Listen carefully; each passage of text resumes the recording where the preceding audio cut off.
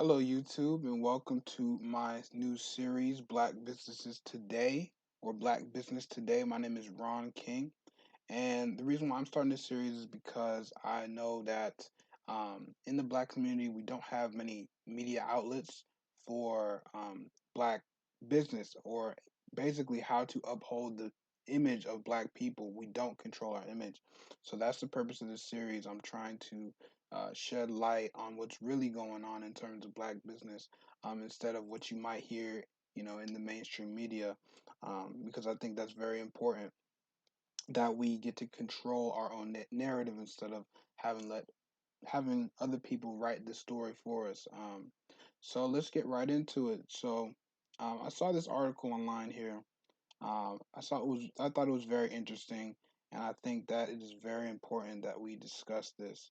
Um, so the title of the article is "Black-owned businesses headed for disaster without federal aid, poll finds." So okay, so I kind of skimmed this article. I'm guessing this is in response to the COVID-19, pandemic.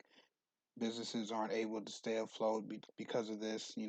All businesses, well, most businesses, not just Black businesses, but there's a chance that Black-owned business could be misproportionately affected by this. So let's see what's going on with this article. So it says, and I'm just going to skim it by the way. So obviously they took a poll, and they asked entrepreneurs, how do they think, do they think that their business could last more than 6 months, um, given the pandemic and the situation.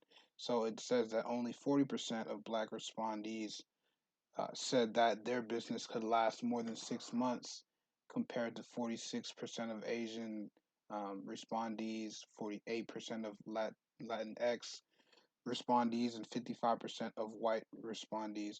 So it is interesting to me that of all the different ethnic groups here, black owned businesses are saying that they wouldn't be able to survive past another 6 months, and that's actually pretty alarming to me.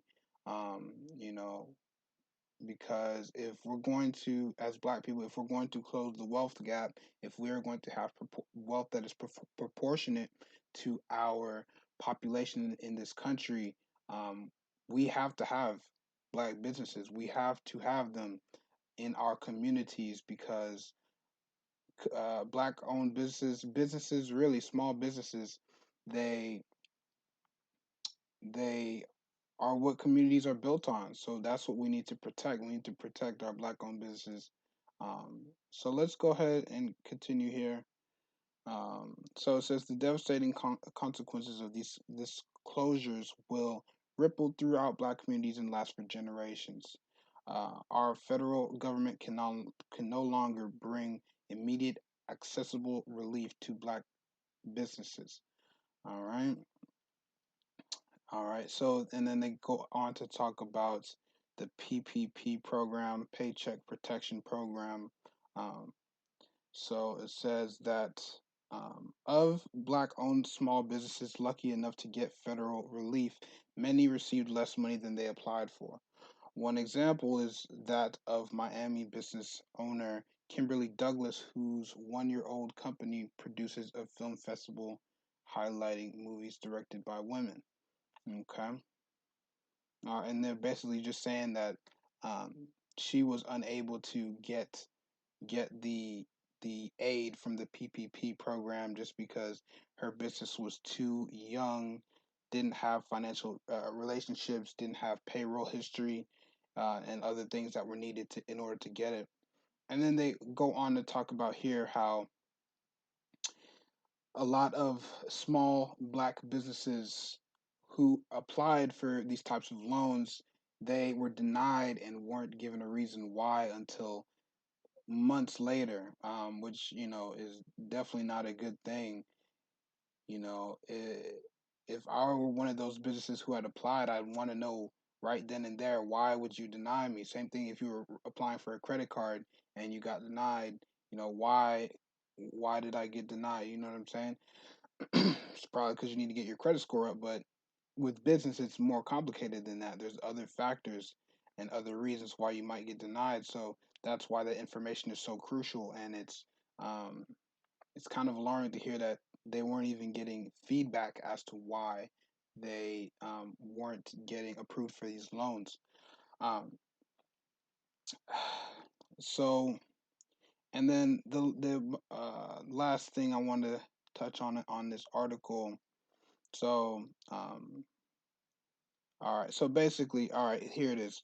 So there were more than 1 million black owned businesses in the U.S. at the beginning of January, according to research from the University of California at Santa Cruz, which drew from census survey estimates. By mid April, 440,000 black business owners shuttered for good, a 41% plunge. That is terrible. We can't afford to have 41% of black businesses just go out of business and close their doors within what was it, 4 months?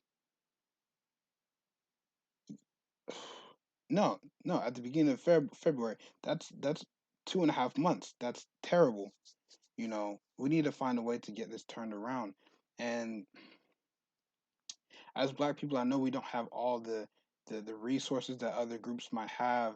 We don't have, those different things. We don't have a head start, but what we have to do, what we will have to do is pull ourselves up by our bootstraps. To be honest, there's no way around it. We can't wait for the government to help us out. We have to help ourselves, and that just means we have to get some experience under our belt. We have to make ourselves successful in the business world at any means necessary. We have to